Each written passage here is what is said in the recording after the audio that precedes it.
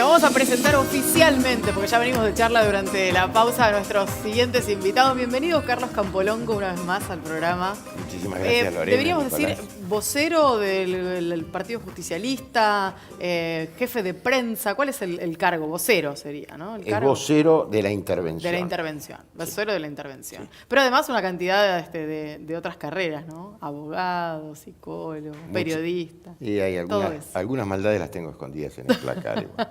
Todo eso. Y el diputado de Cambiemos, Jorge Enríquez, también un amigo de la casa, bienvenido. Gracias por la invitación. Y amigo del señor también. Hace algunos años. Hace algunos años, pero si el señor lo autoriza que cuente la anécdota. Claro. ¿Vas a contar una anécdota de ambos? Sí, por esto no fuimos parientes. Cuñados. Ajá. Cuñados. Cuñados implica la hermana. Mi hermana Su hermana. Abogada. Una amistad con pocos códigos, digamos, ¿no? No, pero yo lo que quiero contar es lo cuida que era. Me voy. Se va, se levanta y se va. Bueno, es la hermana. Pero viejo, pero era ya grandecita. Pero vos cuando yo llegaba, tipo 2 3 de la mañana, no era como ahora, ¿viste? Sí. Se ponía a espiar a ver quién era. ¿Quién acompañaba? ¿Quién acompañaba? Bueno, nos vamos a meter en temas de la actualidad así bien concreta. Vamos a empezar por lo último que tiene que ver con la aprobación de la ley de tarifas anoche, en la madrugada de hoy, en realidad, en el Senado de la Nación, y lo que fue el veto posteriormente por parte del presidente, que llegó apenas un ratito, podríamos decir, ya estaba preparado el veto, ya se había anunciado además. Vamos a escuchar lo que decía el presidente Mauricio Macri y después le preguntamos a nuestros invitados. Los gobernadores, los senadores, lo hablábamos con Rogelio esta mañana, ellos tienen que explicar por qué votaron algo que ellos mismos dijeron que era un desastre, que era un mamarracho, escuché decir por parte de ellos, que no era viable, que me pedían que les asegure que lo iba a vetar. ¿Para qué lo hicieron? ¿Qué quería hacer, una demostración de poder en el peronismo? Ya sabemos que tienen la mayoría en ambas cámaras. Pero no se equivoquen, el poder lo tiene la gente. ¿Qué decían los diputados del peronismo en la Cámara cuando se discutió allí? Cuando se discutió en diputados, bueno, también tratamos de ver si había algún punto de acercamiento con esto de la rebaja del IVA en su momento, del 27 al 21 en las pymes, del 21 al 10,5 para el tema residencial, pero evidentemente no hubo posibilidades de llegar a ningún acuerdo. Yo creo que esto se puede leer en clave de año preelectoral. Yo creo que acá la oposición actuó irresponsablemente, o sea, 24.400 millones de dólares se fueron de la Argentina por los subsidios. O sea, acá se regalaba todo, energía, todo. Y lo curioso de esto es que se produjo un desabastecimiento energético como nunca tuvo la Argentina. Hemos pasado a periodos de gobiernos radicales, de gobiernos peronistas, donde se logró el autoabastecimiento. Ya no hablemos de la época de ese gran presidente desarrollista que fue Arturo Frondizi, sino hablemos más recientemente y claramente se ve que llegamos a un autoabastecimiento y llegamos a importar en un momento dado, a importar 100 barcos de gas anualmente para poder autoabastecernos. Llegamos a importar energía de Chile, a quien nosotros le suministrábamos energía. Le vendíamos. Lo veía a Carlos hacer que no con la cabeza cuando hablaba el presidente Mauricio Macri respecto de lo que decía sobre la oposición. Porque es una parte del relato, es como tantos relatos que hay en la Argentina sobre privatizaciones, reprivatizaciones. Yo me acuerdo lo de Austral, que lo contaba el periodista Bernardo Neusta. Se cuenta la mitad de la historia. Lo que dice el diputado Enríquez, en parte, es absolutamente así. Y yo sería crítico con el derroche de subsidios sin ningún control de los dineros públicos, que este es el punto. El núcleo de la cuestión está en que hay varias situaciones diferentes. Por ejemplo, se simplifica diciendo una realidad, que las tarifas en Capital y Gran Buenos Aires eran mucho más baratas que en otros lugares del interior. Ahora, en algunas provincias, algunos gobernadores, ¿sí?, cuando le giraban los dineros de los subsidios, en vez de aplicarlo a bajar la tarifa, los usaban para gastos corrientes. Por ejemplo, no lo he escuchado nunca. No. Luego, lo opaco de lo jurídico durante la gestión anterior es inevitable. Yo inclusive como funcionario quería saber los subsidios al transporte. Se inventaban unidades truchas, etcétera, etcétera. Pero la otra parte del relato también es los organismos de control. Este es el fondo de la cuestión, que viene desde los 90 hasta hoy y no ha cambiado la cosa. Claro. Cuando se hicieron las privatizaciones, la mayoría se hizo mal. Las privatizaciones se deben hacer primero con un marco regulatorio claro, ¿sí? La autoridad de control, que no deben ser amigos del gobierno de turno. Y luego entonces la licitación. En muchos casos se hizo al revés y la mayoría de los organismos reguladores están intervenidos, están en manos de amigos del poder de turno. Así no se construye verdadero capitalismo. Yendo a la parte de la rosca política, ¿no? El gobierno pecó de inocente, fue traicionado o esto no es nada personal, solamente estamos hablando de Yo creo que trabajo, tú acá, negocios. yo coincido en muchas de las cosas que está comentando Carlos, porque evidentemente también acá ha habido una falta de control durante muchísimo tiempo. Lo que él dice que los subsidios iban a las provincias y lo utilizaban en gastos corrientes, los gobernadores, también es cierto, como que también es cierto que inflaban en las facturas tasas, hasta tasas de cementerio. ¿Por qué lo hacían en las facturas de gas, luz y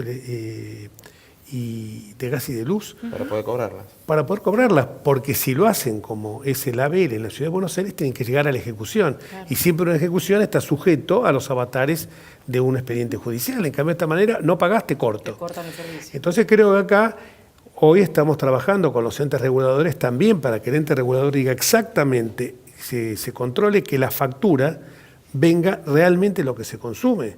Porque si al consumo le estamos agregando, aparte de los impuestos, IVA, ingresos brutos, la tasa de cementerios, la tasa por cuidado de espacios caninos había en un municipio. Entonces me parece que esto es una irresponsabilidad absoluta, porque yo creo que a mí me parece bárbaro que hubieran dicho vamos a retrotraer las tarifas a diciembre del 2017. Pero muchachos, díganos cómo la vamos a pagar. Porque esto es la fiesta de siempre, es la fiesta del kirchnerismo. El kirchnerismo repartía a lo loco. Y con esa mochila tenemos que cargar cuando subimos nosotros. Y encima no podemos bajar el gasto social, inversión social yo la llamo. Creció durante nuestro gobierno mucho más de un 20%, o sea que no hemos descuidado a los sectores más postergados de la sociedad. Se viene un nuevo debate por el presupuesto, faltan pocos meses, en septiembre llegará el debate y hay que empezar a negociar antes, porque también hay parte de todo esto que va al presupuesto. Es parte, pero yo complementaría y quizá ahí podamos tener alguna diferencia, que ese control del dinero público, en el caso, por ejemplo, de cuando se aumenta un peaje, que algunas pertenecían a la familia del presidente, no se llevan a cabo, tiene que haber 3 tipos de control. Vale decir, para decirlo en palabras muy sencillas y que entiendan, ¿cómo se elevan las tarifas? ¿Cómo se suben? ¿A ojímetro? ¿Dónde están las estructuras de costos, de mayores costos? ¿Dónde están las inversiones? ¿Dónde está todo lo que puede justificar racionalmente, no con los eslogan durán-barbísticos construidos, sino racionalmente llegar a un punto de equilibrio, porque en la práctica este aumento constante en un campo estratégico como el energético, que también está muy ligado a los amigos del actual poder, tiene un efecto social indiscutible. Pega acá. Exacto, es una realidad. Ahora, me parece que en ese punto, por eso señalaba el tema del debate sobre el presupuesto, porque además en esta cuestión, y pensando en el déficit fiscal, en lo que venimos contando también desde el lado de la cuestión más netamente económica, digo, lo que pase y el coletazo, y por eso me parece que también forma parte de la discusión que se llevaba adelante en el Senado anoche, con respecto al aumento del déficit fiscal, si se hubiera dejado vigente esta ley, le iba a tocar también al próximo gobierno, no importa cuál sea el partido al que le toque gobernar, ¿no? Que el próximo gobierno, si es del mismo signo que el que se fue, va a apelar a los préstamos a organismos internacionales, va a apelar a la maquinita es el impuesto más cruel porque castiga a los sectores más pobres, que es la inflación. 2 precisiones nada más. El presidente hace muchísimos años que no tiene nada que ver con las empresas que están todo en el tema de autopistas y en el tema energético. Si hay amigos, también puede ser amigo mío alguno de los funcionarios por haber sido compañero mío de la Nacional de Buenos Aires, pero esto no significa que, porque uno no viene de un repollo, vive en una sociedad donde a mí me pasa como con Carlos. Fíjese la anécdota que contó, el día de mañana, si Carlos sale beneficiado en algo, van a decir, era el amigo de Jorge. Y eso no tiene nada que ver. Esa predicción quiero hacerla. Creo sí que... pero también acá hay algo que hay que destacar. Cuando se aumentan todo tipo de tarifas, hay audiencias públicas. Esas audiencias públicas son ignoradas por la gente. Anoche yo discutía en un programa de televisión. Y por los políticos también. Por los políticos, no, también. Por la gente no. Es quizás las asociaciones de defensa del consumidor, de las asociaciones de defensa de los consumidores y usuarios de servicios públicos van. Los que no van son los políticos, porque ayer se quejaban en un programa de televisión, 2 políticos de la oposición, le decían, chicos, ustedes no fueron a las audiencias públicas. Yo fui, y ahí todo el mundo estaba fascinado. Convengamos que no son vinculantes. Convengamos que no son vinculantes, Carlos, pero por lo menos... Es una teatralización. Claro, pero por lo menos... Claro, pero por lo menos vos dejás sentado un precedente. No, Era como... entonces, si bien no son vinculantes, dejás sentado un precedente. Pero esto de me callo la boca y después voy alegremente, voto en contra. Pero voto en contra y arreglate vos. Esto me parece... Y no quiero tocar algo porque me dijo, te voy a advertir de algo. No me vengas a discutir como discutíamos nosotros. Discutir con este hombre es muy filoso. Sí. Es muy difícil, pero teníamos algunas discusiones interesantes. Me ganaba siempre. Pero me advirtió de algo. No me vengas a hablar de Max Weber, la ética de la responsabilidad y la ética de las convicciones. No vengas a hablar con eso. Por ahí no vayamos. Me retó ya antes de una más empezar. de Nico sobre este tema, porque podemos hablar un poquito de peronismo también. ¿O no? ¿Sí? Hablamos de peronismo. Pero sí es un compañero. Por eso. No soy compañero. La cuestión tarifas todavía no está agotado este último debate. ¿Hay espíritu en la Cámara de Diputados como para insistir en función del artículo 83 de la Constitución? No, ya fue vetado esto ya no vuelve a... Pero si hay dos tercios. dos tercios, si quieren pueden insistir. Pueden insistir, pero ya la instancia revisora pasó. La instancia del presidente. La Cámara de Diputados necesita juntar 2 tercios. Exactamente, necesita juntar 2 tercios. Yo creo que lo van a intentar también. La vez pasada no lo consiguieron, los 2 tercios. Creo que vamos a seguir en una... Creo que hay que sentarse y actuar por una vez con responsabilidad y decir, vamos a fijar política de Estado. Acá hubo muchos instantes de nuestra historia política donde se cacareó mucho este tema, cuando fue la Mesa del Diálogo Argentino, cuando fueron situaciones muy difíciles del país. Y dijimos, vamos a fijar política de Estado en tema de educación, en tema de seguridad, en tema de salud, en tema de energía. Y siempre queda el agua de borraja, porque siempre estamos pensando, en lugar de la próxima generación, la próxima elección. Entonces están ya todo el mundo en esto, ya está, a ver quién primería a quién. Mire, yo le voy a decir algo, y no es del sector político de Carlos. El día, parecían chajales, el día que se estaba votando el tema en diputados, aparecieron un ex jefe de gabinete y varios acólitos más de él, del que habían sido integrados los gobiernos de Néstor y Cristina, parecían buitres que se acercaban a la carroña. Digo, ¿a qué vienen, muchachos? Ustedes no son diputados, y tenemos que venir al zafarrancho ustedes. No vienen al zafarrancho nuestro a resolverlo. Porque si quisieran resolver el zafarrancho, según ustedes, que nosotros generamos, que lo generaron ellos, porque esto es, y discúlpenme, es la herencia recibida, aunque pasaron 2 años ya, quizás habríamos que haber hecho un beneficio, cuando recibimos el poder, con beneficio de inventario, no se hizo. Parecía que se estaban soslayando con esto y viendo a ver quién primereaba a quién. Hoy tienen un partido en la Ciudad de Buenos Aires intervenido. Vamos a propósito de eso a hablar de un poquito de peronismo y vamos a tirar un disparador. Y tiro el disparador de la intervención, porque afortunadamente la gente que hoy se encuentra ahí son gente que realmente está comprometida, que no están viendo a ver cómo podemos yo quiero proponerle que escuchemos lo que piensa Carrió sobre esta cuestión. No piensa lo mismo, vamos a verla. Lo veo ahora a Mauricio y lo veo a Alfonsín. Pero ¿cómo le vas a creer a un PJ? No a un peronista, porque yo amo el peronismo. ¿A PJ le vas a creer? Eso decía Alfonsín. Yo confío en los PJ que me van a acompañar, Menem. Lo volteó Menem. Nosotros estamos salvando la República y estamos buscando un seguro, porque en realidad es un seguro del fondo. ¿Para qué? Para que ustedes no nos volteen, para que ustedes no sean golpistas. Yo defendí el gobierno de Cristina, yo no fui golpista. Yo denuncié, pero la defendí del golpe. No sean golpistas. Esperen a las elecciones y ganen las elecciones. Golpistas, les dijo. Es una cosa, yo diría, inenarrable en Lilita.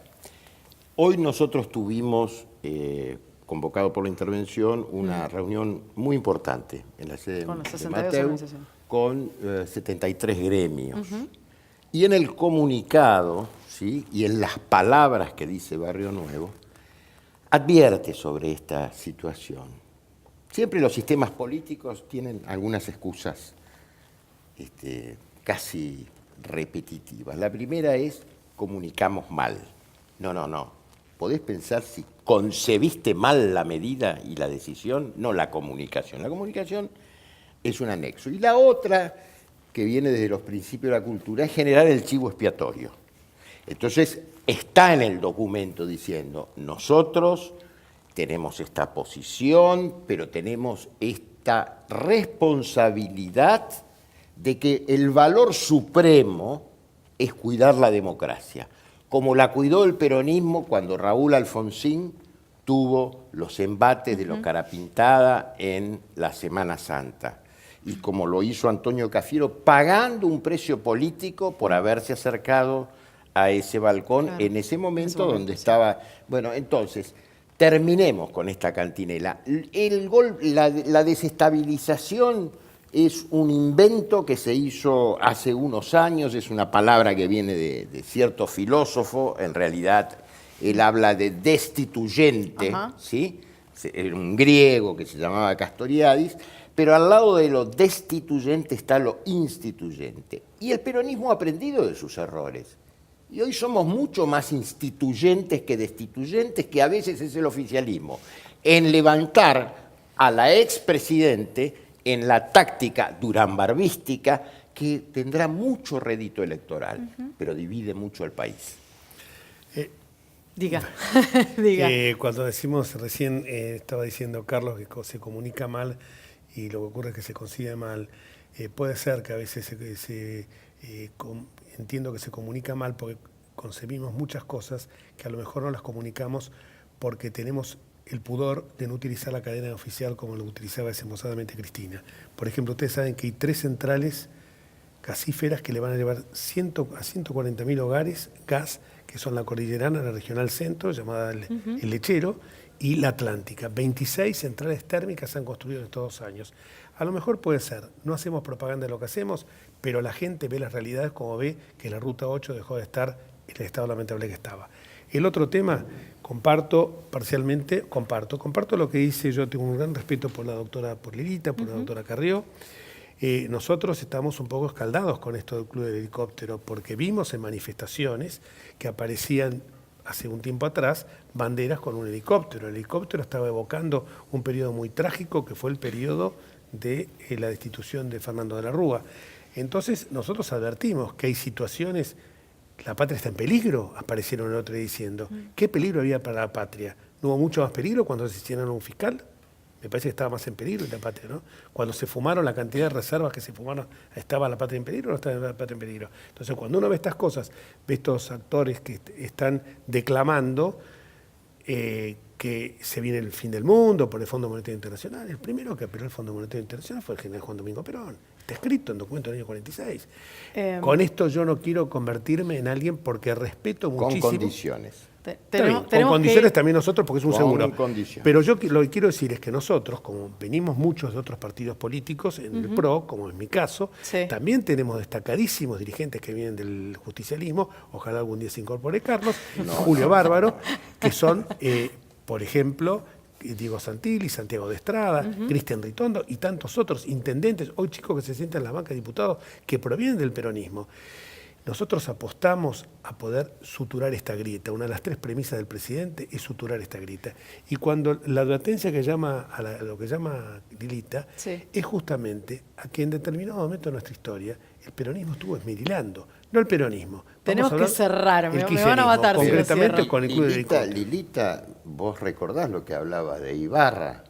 En la época de la campaña Ibarra lo que hablaba de Macri. Entonces, se quedan a tomar un café con nosotros que tenemos que cerrar. No te confundes, no, tiene bien claro, y la verdad que es una persona, Macri, que está dando todo, la verdad que está dando todo para sacar el país adelante. Eso se lo digo de todo corazón por las charlas que he tenido con él, y es alguien que quiere sacar el país adelante y que no va a trepidar en llegar a acuerdos con gobernadores como el caso de Urtubey y tantos otros. Gracias a ambos. Y con este peronismo Gracias a ambos. Me de quedé Campolongo con ganas de y saber quién Bárbaro. fue el que no cantó la marcha. Después me lo contás fuera de la... ¿Quién no cantó la marcha hoy en el asado de la CGT?